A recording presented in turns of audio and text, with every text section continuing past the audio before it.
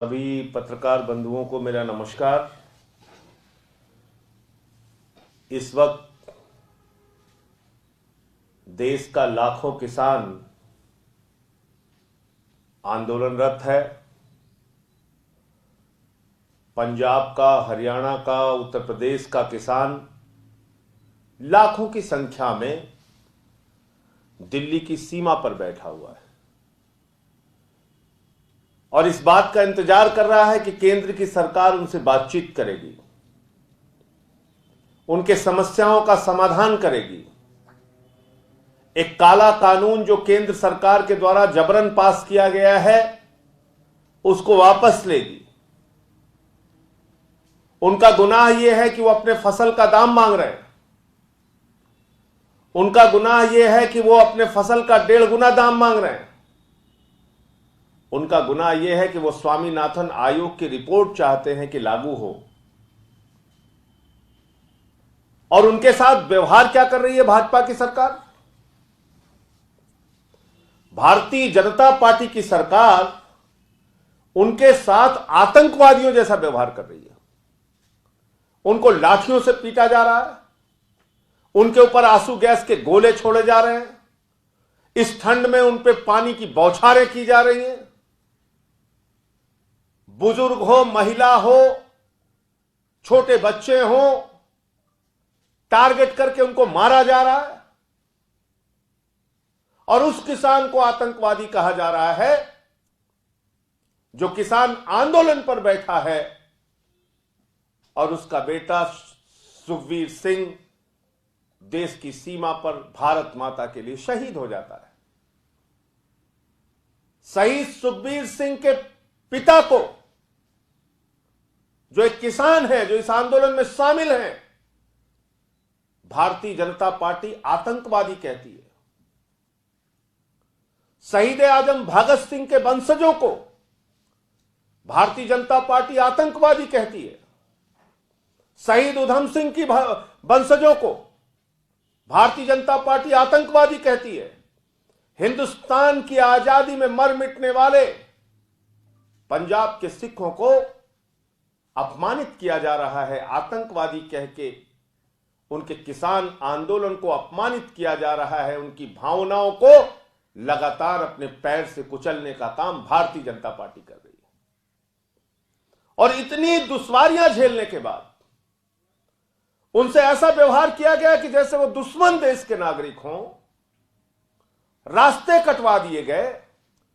इतनी दुश्वारियां झेलने के बाद जब वो लोग दिल्ली की सीमा पर पहुंच गए तो कल हमारे देश के गृह मंत्री अमित शाह जी प्रकट हुए। और प्रकट हुए मैं इसलिए कह रहा हूं कि ये लोग गहरी नींद में सो रहे थे, कुंभकर्ण की नींद में सो रहे थे, आंख पर पट्टी बांध के धृतराष्ट्र बने हुए थे। इनको किसानों की पीड़ा दिखाई नहीं दे रही थी। कल वो प्रकट हुए। उन्होंने कहा आप बुराड़ी ग्राउंड में पहले आइए, तब हम आपसे बात करेंगे। इतनी असंवेदनशीलता, इतनी शर्तें, इतनी तानाशाही, इतना अहंकार। जब इन किसान भाइयों का वोट लेने के लिए होता है तो इनके सामने जाके आप नाक रगड़ते हो। और गृह मंत्री जी अब जब वो आंदोलन कर रहे हैं अपनी मांगों के लिए तो आप पहले शर्त लगा रहे हो बुराड़ी आओ तब बात करेंगे। आम आदमी पार्टी और आम आदमी पार्टी के नेता अरविंद केजरीवाल जी और हमारी सरकार पूरी तरह से किसानों के साथ खड़ी है, उनके आंदोलन में उनकी मांगों के साथ खड़ी है और दिल्ली में हम उनका स्वागत करते हैं। लेकिन किसान जहां पर आंदोलन करना चाहते हैं, गृह मंत्री अमित शाह जी, आपको उनको आंदोलन करने की जगह वहां देनी चाहिए। और ये कोरोना का बहाना मत बताइए। आप कोरोना का बहाना बताकर किसानों की जिंदगी के साथ जो खिलवाड़ आप लोगों ने किया है काला कानून पास करके, वो मत कीजिए आप। क्योंकि कोरोना आपके लिए दिल्ली में होता है लेकिन हैदराबाद में नहीं होता कोरोना। जहां पर देश के प्रधानमंत्री कोरोना की वैक्सीन देखने जा रहे हैं, आप हैदराबाद में जाके हजारों लोगों की वहां पे यात्रा कर रहे हैं, जुलूस निकाल रहे हैं, तब कोरोना नहीं आपके लिए। और कैसे कोई देश का गृह मंत्री ऐसे समय में, जब देश की राजधानी के इर्द गिर्द, देश की राजधानी की सीमा पर लाखों किसान इकट्ठा होकर आंदोलन करे, सरकार से गुहार लगाए, उनकी पीड़ा को सुने बगैर, उनकी समस्याओं को नजरअंदाज करके, उनको लाठियों से कुचलकर कैसे कोई गृह मंत्री निगम के चुनाव प्रचार में हैदराबाद की सैर करने जा सकता है? इसका मतलब हिंदुस्तान की आजादी के बाद ऐसा गैर जिम्मेदार, असंवेदनशील और किसानों की समस्याओं से बेपरवाह गृह मंत्री हिंदुस्तान ने पहली बार देखा है, जो हमें अमित शाह के रूप में देखने को मिल रहा है। आप में जरा सी भी संवेदना नहीं है। आज एक किसान की भी मौत हो गई, किसान का बेटा सीमा पर शहीद हो रहा है, किसान आंदोलन में शहीद हो रहा है,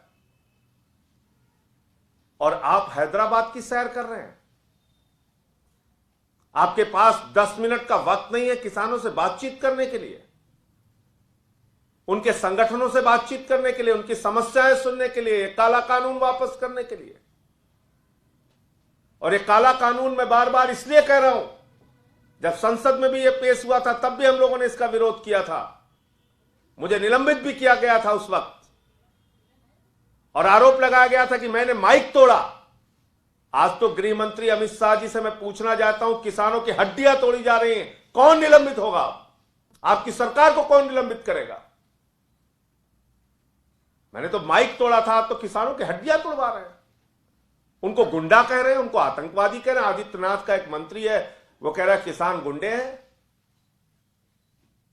आप कल्पना कर सकते हैं कैसे हैं ये लोग, जो अपने देश के अन्नदाता को आतंकवादी कहते हैं, जो अपने देश के अन्नदाता को गुंडा कहते हैं, जो शहीद आजम भगत सिंह और शहीद उधम सिंह के वंशजों को आतंकवादी कह के संबोधित करते हैं, उन लोगों को आतंकवादी कहते हैं जिनका बेटा देश की सीमा पर भारत माता की रक्षा करने के लिए शहीद हो रहा है। और इन सब चीजों से बेपरवाह होकर देश के गृह मंत्री अमित शाह हैदराबाद में निगम का चुनाव इतना महत्वपूर्ण है इनके लिए? किसान की पीड़ा महत्वपूर्ण नहीं, किसान के मुद्दे महत्वपूर्ण नहीं, किसान की समस्याएं महत्वपूर्ण नहीं? तो अमित शाह को अपने सारे कार्यक्रम रद्द करके पहले किसानों की समस्या का समाधान करना चाहिए। इसके बाद आपकी ये नौटंकी जो आपने कल आके किया कि आप यहां आइए, हम किसी भी समय बात करने के लिए तैयार हैं, ये सब नाटक से काम नहीं चलेगा। किसान को उसके मुद्दे का समाधान चाहिए। और आज जिस तरीके से प्रधानमंत्री जी ने वक्तव्य दिया और उन्होंने इस बिल की तारीफें की हैं, उससे स्पष्ट है कि भारत सरकार की मंशा, मोदी सरकार की मंशा, गृह मंत्री की मंशा, अमित शाह की मंशा किसानों के समस्याओं का समाधान करने की नहीं है, उनके साथ खिलवाड़ करने की है, उनकी भावनाओं के साथ खिलवाड़ करने की है, उनको लाठियों से पिटवाने और आंसू गैस के गोले उनके ऊपर बरसाने से है। मुझे इतनी बात कहनी थी। आप लोगों का कोई प्रश्न हो तो आप पूछ सकते हैं। Thank you.